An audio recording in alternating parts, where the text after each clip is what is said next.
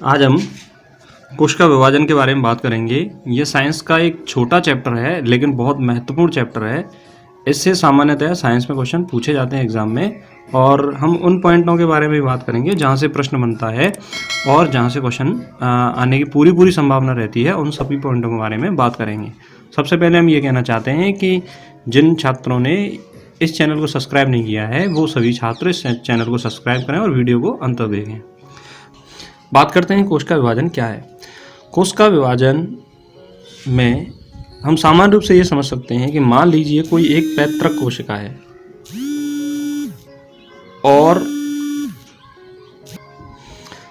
और वह पैतृक कोशिका विभाजित होकर नई कोशिका का निर्माण करती है, अपने समान नई कोशिका का निर्माण करती है, तो उस प्रक्रिया को हम कहते हैं कोशिका विभाजन।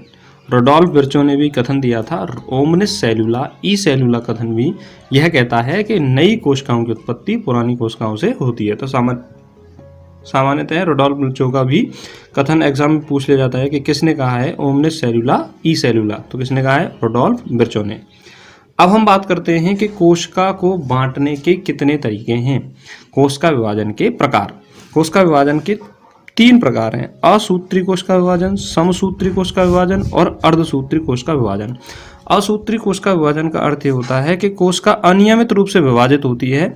कोई निर्धारित नहीं होता कि आने वाली संतति कोशिकाओं में गुणसूत्र की गुणता कैसी बनी रहती है। तो जितने भी प्रारंभिक जीव हैं, या कह सकते हो आप प्रोकैरियोटिक जीव, जैसे जीवाणु, ब्लू ग्रीन एल्गी को नीले हरे शैवाल भी कहते हैं, नीले हरे शैवाल भी कहा जाता है। और प्रोटोजोआ में आता है आपका अमीबा और यीस्ट एक कोशिकीय कवक है, यूनिसेलुलर फंजाई एक कोशिकीय कवक है। तो इनमें असूत्री कोशिका विभाजन पाया जाता है। असूत्री कोशिका विभाजन का क्या अर्थ होता है कि कोशिका अनियमित रूप से विभाजित होती है, कोई निर्धारित नहीं होता कि संतति कोशिकाओं में गुणसूत्र की गुणता कैसी बनी रहेगी। अब दूसरे प्रकार का कोशिका विभाजन है समसूत्री कोशिका विभाजन, जिसे हम माइटोसिस कहते हैं। तो समसूत्री कोशिका विभाजन की खोज व नाम देने वाले व्यक्ति हैं फ्लेमिंग। वाल्टर फ्लेमिंग ने समसूत्री विभाजन की खोज की थी, इन्होंने नाम दिया था 1879 में। समसूत्री कोशिका विभाजन में एक कोशिका अपने जैसी 2 कोशिकाओं का निर्माण करती है, यानी कि एक सेल है और ये 2 सेल्स का निर्माण करती है, लेकिन गुणसूत्र की गुणता इन दोनों में समान रहती है। मान लीजिए यदि ये सेल 2n है तो आने वाली सेल भी क्या होगी, 2n होगी। यदि ये सेल n है तो आने वाली सेल भी क्या होगी, n होगी। तो n सेल बनाएगी, 2n सेल बनाएगी। द्विगुणित कोशिका का निर्माण करेगी और अगुणित कोशिका का निर्माण करेगी। समसूत्री कोशिका विभाजन शरीर की कायिक कोशिकाओं में पाया जाता है। जहाँ पर पुनरुद्धारण का कार्य करना हो, जहाँ पर मरम्मत का कार्य करना हो, वहाँ पर समसूत्री विभाजन पाया जाता है। तो ऐसा विभाजन जिसमें गुणसूत्र की गुणता समान बनी रहती है, उस विभाजन को हम समसूत्री कोशिका विभाजन कहते हैं। आगे की हम बात करते हैं। तीसरे प्रकार का कोशिका विभाजन है अर्धसूत्री कोशिका विभाजन, जिसे हम मियोसिस कहते हैं। इसका सामान्यतः खोजकर्ता ही पूछ लिया जाता है कि खोजकर्ता कौन है। फार्मर एवं मुरे ने अर्धसूत्री कोशिका विभाजन की खोज की थी। सामान्यतः अर्धसूत्री कोशिका विभाजन जनन कोशिकाओं में पाया जाता है। जनन सेल में अर्धसूत्री कोशिका विभाजन पाया जाता है। अर्धसूत्री कोशिका विभाजन में एक सेल से 4 सेल का निर्माण होता है और यह 2 चरणों में होता है। पहला अर्धसूत्री कोशिका विभाजन फर्स्ट, जिसमें गुणसूत्र की गुणता आधी रहती है, और दूसरा अर्धसूत्री कोशिका विभाजन सेकंड, जिसमें गुणसूत्र की गुणता समान बनी रहती है। तो 2 चरणों में यह पूरा होता है, फर्स्ट और सेकंड। क्योंकि गुणसूत्र की गुणता कम हो जाती है, इसीलिए इस विभाजन को न्यूनकारी विभाजन भी कहा जाता है। क्या नाम दिया जाता है इसको, न्यूनकारी विभाजन। आगे हम बात करें, कोशिका विभाजन सामान्यतः 2 प्रक्रियाओं के द्वारा होता है। पहली प्रक्रिया होती है केंद्रक का विभाजन और दूसरा होता है कोशिका द्रव्य का विभाजन। तो केंद्रक के विभाजन की प्रक्रियाओं में हम G1, S, G2 और M फेज को सम्मिलित करते हैं। S फेज में गुणसूत्र 2 गुना हो जाता है, अर्थात डीएनए रेप्लिकेशन द्वारा डीएनए की मात्रा क्या हो जाती है, 2 गुनी हो जाती है। और दूसरा है कोश का द्रव्य विभाजन। पौधों में कोश का द्रव्य विभाजन, पट्टिका निर्माण, ये मोस्ट इंपॉर्टेंट है, इससे क्वेश्चन पूछा जाता है कि पौधों में कोश का विभाजन किस प्रक्रिया के द्वारा होता है। पौधों में कोश का विभाजन होता है पट्टिका निर्माण विधि के द्वारा, और जंतुओं में कोश का विभाजन खांच विधि के द्वारा होता है। तो आप डायरेक्ट याद रखें कि पौधों में कोश का विभाजन पा माने प्लांट और पा माने पट्टिका, ठीक, प्लेट मेथड, और जंतुओं में कोश का विभाजन खांच विधि के द्वारा होता है। आगे हम बात करें कि कोश का विभाजन की प्रक्रिया को हम एक चक्र द्वारा समझते हैं, जिसे हम क्या कहते हैं, कोश का चक्र कहते हैं। मान लीजिए ये एक सेल है और ये सेल विभाजित होनी है। तो प्रारंभ में पहली जो अवस्था होती है, इसको हम दो अवस्थाओं में विभाजित करते हैं। एक अवस्था होती है एम फेज और दूसरी अवस्था होती है आई फेज। आई फेज को हम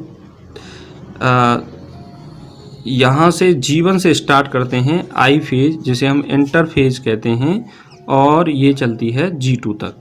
G1 फेज यानी ग्रोथ फर्स्ट अवस्था, एस फेज सिंथेसिस अवस्था, G2 फेज ग्रोथ सेकंड अवस्था, और इन तीनों अवस्थाओं को मिलकर कहा जाता है आई फेज, इंटर फेज, अंतरावस्था। और इसको माइटोटिक फेज बोलते हैं। इसको क्या कहते हैं, माइटोटिक फेज कहा जाता है। माइटोटिक फेज मतलब विभाजन अवस्था, जिसमें केंद्रक का विभाजन होता है, गुणसूत्र का विभाजन होता है। तो G1 फेज में क्या होता है, G1 फेज में जितनी भी वसा, प्रोटीन और आपका कार्बोहाइड्रेट है वो दोगुना हो जाता है। एस फेज में डीएनए का विभाजन होता है, डीएनए दोगुना हो जाता है, गुणसूत्र दोगुना हो जाता है। तो ये मोस्ट इंपॉर्टेंट है कि डीएनए रेप्लिकेशन किस अवस्था में होता है, वह संश्लेषण अवस्था आपको दे रखा होगा, और संश्लेषण का अर्थ होता है सिंथेसिस। संश्लेषण का अर्थ होता है सिंथेसिस। एस फेज में गुणसूत्र दोगुना हो जाता है। G2 फेज ग्रोथ सेकंड में यदि कोई कार्बन दोगुना नहीं हुआ है तो वो दोगुना हो जाता है, प्रोटीन दोगुनी नहीं हुई तो प्रोटीन दोगुनी हो जाती है, वसा दोगुनी हुई तो वसा दोगुनी हो जाती है। तो आई फेज होता है इंटर फेज, अंतरावस्था, अंतरावस्था। और ये कितने भागों में बांटा हुआ है, 3 भागों में, G1, S और G2 फेज में। उसके बाद कोशिका आकार में लगभग दोगुनी हो जाती है। तो इंटर फेज में कोशिका आकार में क्या हो जाती है, आकार में दोगुनी हो जाती है, और यही दोगुनी कोशिका विभाजित होकर अपने समान पहले जैसी कोशिकाओं का निर्माण करती है। और आने वाली जो अवस्था होती है वो माइटोटिक फेज, विभाजनकारी अवस्था होती है, जिसमें गुणसूत्र विभाजन होता है 4 अवस्थाओं के द्वारा। PMAT से हम इसे याद रख सकते हैं। P मतलब होता है प्रोफेज, M मतलब होता है मेटाफेज, A मतलब होता है एनाफेज, और T मतलब होता है टीलोफेज। प्रोफेज, मेटाफेज, एनाफेज और टीलोफेज, ये दोनों ही कोश का विभाजन, चाहे समसूत्री कोश का विभाजन हो या अर्धसूत्री कोश का विभाजन हो, दोनों ही कोश का विभाजन में ये चारों अवस्थाएं, विभाजनकारी अवस्थाएं पाई जाती हैं। और इसके बाद पौधों में पट्टिका निर्माण विधि के द्वारा और जंतुओं में खांच विधि के द्वारा एक कोशिका से 2 कोशिकाओं का निर्माण हो जाता है। और इस पूरे चक्र को हम कोश का चक्र के रूप में जानते हैं। अब हम बात करते हैं समसूत्री कोश का विभाजन, इसे हम माइटोसिस के रूप में जानते हैं। मैंने आपको पहले ही बताया है कि समसूत्री कोश का विभाजन में गुणसूत्र की गुणता समान बनी रहती है।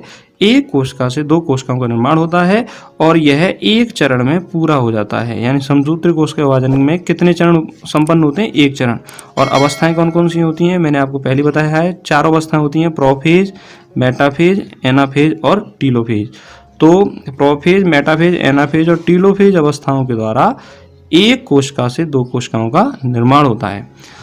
अब ऐसी कौन कौन सी जगह हैं जहां पर समसूत्री विभाजन का उपयोग किया जाता है। मरम्मत करने वाली जितनी भी कोशिकाएं हैं वो समसूत्री विभाजन का उपयोग करती हैं। पुनरुद्भवन करने वाली कोशिकाएं समसूत्री विभाजन का उपयोग करते हैं। और कायिक कोशिकाएं यानी शारीरिक कोशिकाएं हैं, शरीर की कायिक कोशिकाएं हैं, उन सभी में समसूत्री विभाजन पाया जाता है। सोमैटिक सेल्स में समसूत्री विभाजन पाया जाता है। तो समसूत्री विभाजन में वही कोशिका बनती है जो पहली कोशिका थी। जैसी पहली कोशिका थी वैसी ही कोशिका का निर्माण यदि हमें शरीर में कहीं करना है तो वहां पर हमेशा और हमेशा कौन सा विभाजन होता है, समसूत्री विभाजन होता है। अर्थात पुरानी कोशिका जैसी ही नई कोशिका का निर्माण होता है। 2n कोशिका से 2n और n कोशिका से n कोशिका का निर्माण होता है। अर्धसूत्री कोशिका विभाजन में यह 2 चरणों में संपन्न होता है और गुणसूत्र की गुणता आधी रह जाती है, इसीलिए इसको हम अर्धसूत्री कोशिका विभाजन या मियोसिस के रूप में इसको जानते हैं। अब मियोसिस फर्स्ट, में गुणसूत्र गुणता आधी रह जाती है। मियोसिस सेकंड में जैसे एक सेल से स्टार्ट होता है अर्थसूत्री विभाजन, तो मियोसिस फर्स्ट में 2 सेल बनती हैं और मियोसिस सेकंड में 4 सेल बनती हैं। तो मियोसिस सेकंड में गुणसूत्री गुणता वही रहती है। कह सकते हो आप मियोसिस सेकंड एज अ समसूत्री विभाजन के समान ही चरण संपन्न होते हैं। इसमें भी P M A T, prophase, metaphase, anaphase और टीलोफेज, इसको हम कहते हैं प्रोफेज 2, मेटाफेज 2, एनाफेज 2, टीलोफेज 2। और इसमें भी P M A T, prophase 1, metaphase 1, anaphase 1 और टीलोफेज 1। तो यहाँ पर जो सबसे बड़ी कोशिका विभाजन की अवस्था है वह है प्रोफेज फर्स्ट। प्रोफेज फर्स्ट में सबसे ज़्यादा कोशिका विभाजन का जो अंतर है वो देखा जाता है और नए गुणों का विकास होता है क्रॉसिंग ओवर की प्रक्रियाओं के द्वारा। यदि आपसे पूछा जाए कि नए लक्षणों का विकास करना हो, जैव विविधता का निर्माण करना हो, नई वंशागति का निर्माण करना हो, तो कौन सा कोशिका विभाजन काम में आता है? वह आता है अर्धसूत्री कोशिका विभाजन, जिसे हम मियोसिस के रूप में जानते हैं। अर्धसूत्री कोशिका विभाजन नाम क्यों पड़ा? इसे न्यूनकारी विभाजन क्यों कहते हैं? क्योंकि अर्धसूत्री कोशिका विभाजन में गुणसूत्र गुणता आधी रह जाती है। मियोसिस फर्स्ट में एक अवस्था का मैंने बताई थी, प्रोफेज फर्स्ट। प्रोफेज फर्स्ट अवस्था को 5 उप अवस्थाओं में बांटा जाता है: लेप्टोटीन, जाइगोटीन, पैकाइटीन, डिप्लोटीन और डाइकाइनेसिस। परीक्षा की दृष्टि से मोस्ट इम्पोर्टेंट जो पार्ट है वह यही पार्ट है जहां से क्वेश्चन बहुत ज़्यादा पूछा जाता है और आप भूल जाते हो। पहली अवस्था है leptotene, zygotene, pachytene, diplotene, diakinesis. तो पहला क्वेश्चन यही बनता है कि इनका क्रम क्या है। सबसे पहले कौन आता है? लेप्टोटीन, उसके बाद जाइगोटीन, उसके बाद पैकाइटीन, उसके बाद डिप्लोटीन, उसके बाद डाइकाइनेसिस। अब आपको ये याद रखना है कि कौन कौन सी अवस्थाओं में कौन सी प्रक्रिया संपन्न होती है। तो मैंने अब जहाँ पर जैसा प्रश्न पूछा जाता है वही केवल शब्द लिखा है, उसके अलावा मैंने कोई भी अन्य शब्द नहीं लिखा है। तो आप याद रखेंगे जाइगोटीन में सिनेप्सिस का निर्माण होता है, पैकाइटीन में क्रॉसिंग ओवर प्रक्रिया होती है और डिप्लोटीन में क्याज़मेटा बनता है। क्याज़मेटा एक एक्स संरचना होती है जो एक्स संरचना के रूप में गुणसूत्र क्याज़मेटा का निर्माण करते हैं। तो आपसे या तो एक्स संरचना पूछ ले या क्याज़मेटा पूछ ले, वो सभी बातें किस में होती हैं? डिप्लोटीन में। तो बाकी की जो इंपॉर्टेंट चीज़ें हैं वो इतनी परीक्षा में नहीं पूछी जाती हैं। यही पूछा जाता है कि सिनेप्स किस में बनता है, क्रॉसिंग ओवर किस में बनता है, क्याज़मेटा किस में बनता है। तो सबसे ज़्यादा जो मोस्ट इंपॉर्टेंट पार्ट है वो यही पार्ट है, यहाँ से ही क्वेश्चन बहुत ज़्यादा परीक्षा में पूछा जाता है। तो आप इसको बिल्कुल एक सटीक तरीके से याद रखेंगे, क्रम वाइज याद रखेंगे और याद बिल्कुल भी नहीं भूलेंगे कि किसमें क्या होता है। ठीक, आगे हम बात करें समसूत्री विभाजन व अर्धसूत्री विभाजन में अंतर क्या है। तो समसूत्री विभाजन सोमैटिक कोशिका कायिक कोशिकाओं में होता है, जबकि अर्धसूत्री विभाजन जनन कोशिकाओं में होता है। ये हम बात कर चुके हैं। समसूत्री विभाजन 1 चरण में होता है, जबकि अर्धसूत्री विभाजन 2 चरणों में होता है। ये भी हम बात कर चुके हैं। केंद्रक में एक बार विभाजन होता है तथा गुणसूत्र की संख्या संतति में समान बनी रहती है, इसीलिए हम इसको समसूत्री विभाजन कहते हैं। इसमें केंद्रक में 2 बार विभाजन होता है और गुणसूत्र की संख्या संतति में आधी रह जाती है, इसीलिए हम अर्धसूत्री विभाजन कहते हैं। इसमें प्रोफेज अवस्था सरल व छोटी होती है, यानी कि यहाँ पर इतनी महत्वपूर्ण नहीं होती, वो छोटी अवस्था के रूप में प्रोफेज अवस्था पाई जाती है। जबकि इसकी प्रोफेज अवस्था, और वो भी प्रोफेज अवस्था कौन सी? फर्स्ट। प्रोफेज अवस्था लंबी होती है और वो भी कौन सी प्रोफेज अवस्था?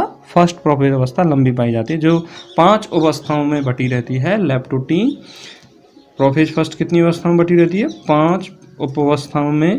कौन कौन सी? Leptotene, zygotene, pachytene, diplotene, diakinesis.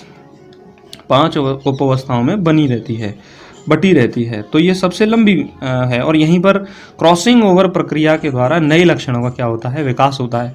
तो अर्धसूत्री कोशिका विभाजन द्वारा जैव विविधता, नए लक्षणों का विकास होता है, जबकि समसूत्री विभाजन में जैव विविधता का निर्माण नहीं होता। वैसी ही कोशिका का निर्माण होता है जैसे पहली कोशिका थी।